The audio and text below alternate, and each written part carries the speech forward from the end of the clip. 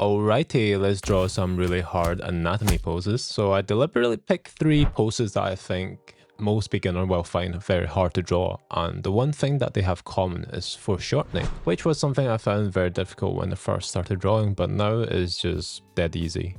Okay, maybe not dead easy, but it's not hard. So I'm just going to show you my thought process when drawing these poses, and hopefully you'll gain something from it. And to make it harder, I'm going to try to complete the poses under 40 minutes. I would have made it 30 minutes, but I'm also doing mannequins, so I'm basically doing double the work. Oh, and I'm also going to answer a question from the comment section on one of my previous short videos recently about man, how do you say that? Hold on, give me a sec, I'm going to Google this. So it's called trapezoid, and the commenter wanted to know how to draw a circle on a trapezoid, and I'll try and answer that at the end of the video. Okay, just a disclaimer, this is not a how-to video, this is just how I do it, and you can maybe do the same. So usually to draw any pose, I like to just simplify things by using mannequins. So right now, I don't even care about the details, I'm just trying to think about the overall shape. So when I'm drawing the mannequin, I like to focus on proportion. So you can use the head as an anchor.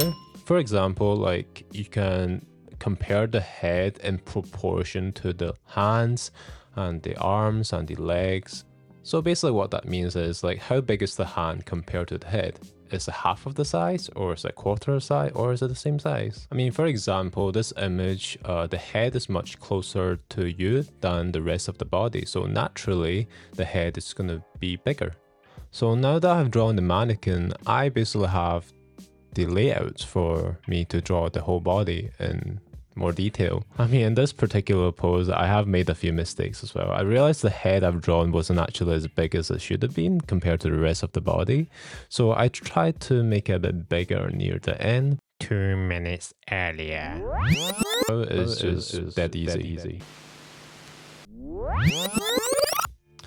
Okay, that's our first pose just finished. That wasn't too hard, was it? I don't think this looks too bad, but I think the head should still be a little bit bigger.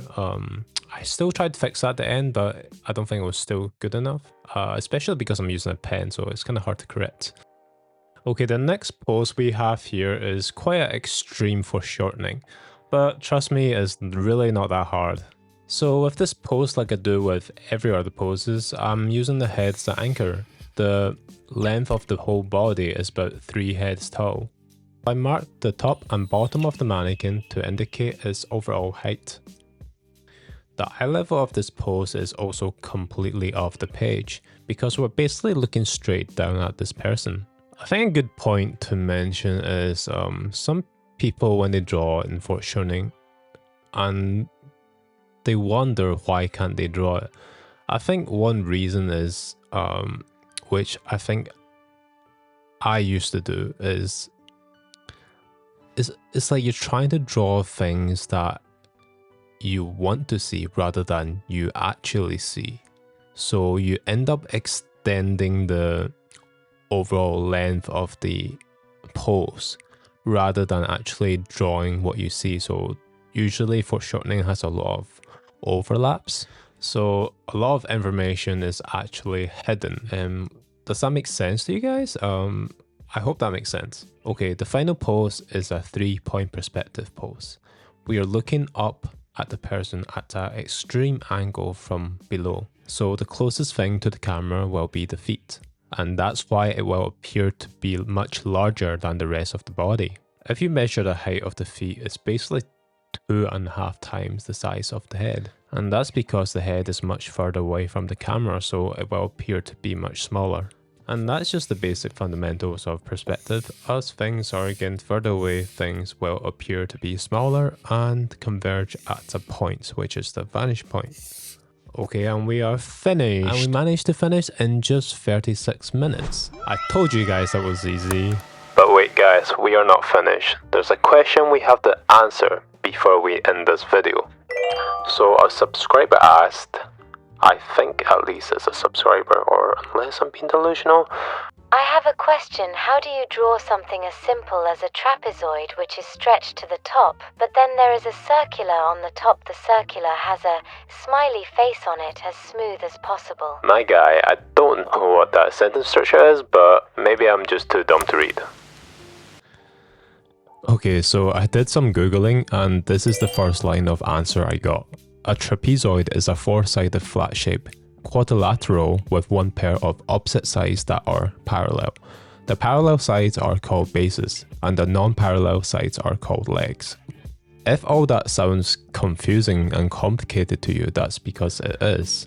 And that's the thing with English, people always invent new words to make things sound more sophisticated. But it makes things more complicated than it actually is. So to simplify this, it's just a 2D square in perspective, and in this case specifically in 1-point perspective. That's my interpretation anyways, and I think the reason why I was confused at first is because I've never heard of the word trapezoid. I mean, my personal goal is to learn to draw from imagination. Like, I don't need to learn all these terms that don't improve my art. Okay, so based on your question, I think you're asking how to draw a perfect circle on top of a square in perspective.